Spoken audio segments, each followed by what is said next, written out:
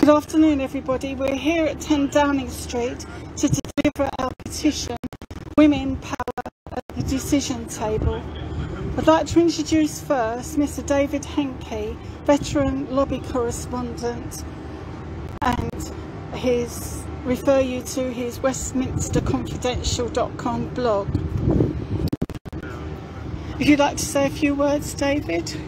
Yes, we're here because women, even in the 21st century, do not really have a major role in decision making and are still actually subject to enormous amounts of discrimination, whether it's delays to their pension, which back to 60 years campaign now for years to get this right, and also the government having signed the UN Convention against discrimination for women has actually not implemented it properly.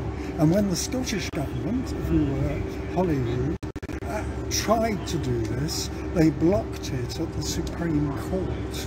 So basically we're here to tell Rishi Sunak you better back up his ideas and try and get something done, otherwise loads of women in this country are going to be even more fed up with this government on top of the cost of living crisis and everything else that is going on. So in my feeling is we're here to go right to the top, and I hope he spends time reading it. Thank you. Now I'd like to introduce the Honourable Dr. Jocelyn Scott AO, former Anti-Discrimination Commissioner, who presided over the two CEDAW tribunals and authored the reports, the President's reports and the Judge's report, and we're now delivering the report that Jocelyn will now speak about. Of 647 members of the House of Commons, that is, of 647 MPs, only 224 are women.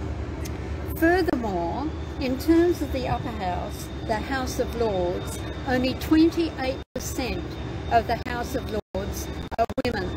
On a list of 80 countries, when we look at upper houses, the United Kingdom is number 29, and the United Kingdom House of Lords is equal with the House of Elders of Afghanistan.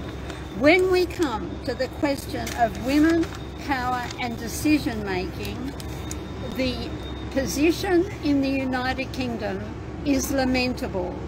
Women and power. Is this a contradiction in terms?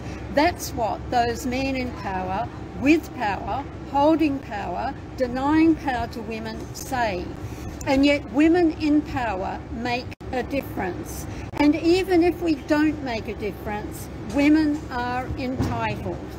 In 1995, the men in power, whether powerful men or weak men, to a body, denied women power. They changed the rules. They changed the pension rules. They changed the rules that had existed since 1940. That is, they changed the rules that had existed for 55 years that set women's pension age at 60. They changed without notice to women, without acknowledging women, and yet deliberately targeting 1950s born women to bear the burden of the total burden of the women's pension age transition from 60 years to 65.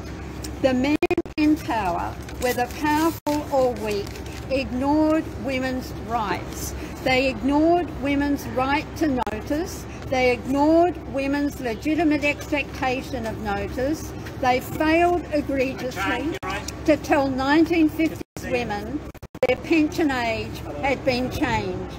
The impact, economic, work-related, retirement plans askew, retirement plans awry, paid work in limbo, yet they set this aside peremptorily by those MPs. the men in power no recognition that they were targeting women directly, imposing direct discrimination on the grounds of age and sex on 1950s born women.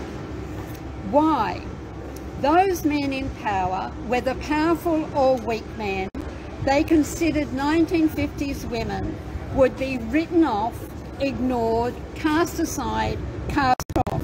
They considered that these women, because they lacked formal power, had no power of their own. And yet 1950s women have not stood by. 1950s women have exercised what power they have. 1950s born women have voice. They have stamina. They have fortitude. They have exerted their power by refusing to be put down. 1950s women demand a place at the table. 1950s born women demand a right to speak. Women from the 1950s demand a right to be heard. They demand a right to be silenced no longer. 1950s women demand full restitution, at least as a starting point, at the table for alternative dispute resolution. 1950s women say it's time for us to have a voice at the table, to have alternative dispute resolution. And we say that women power and decision making is what the Prime Minister of this country must recognise and acknowledge, and come to the table with the Secretary of Works and Pensions to ensure that women have a right in alternative dispute resolution.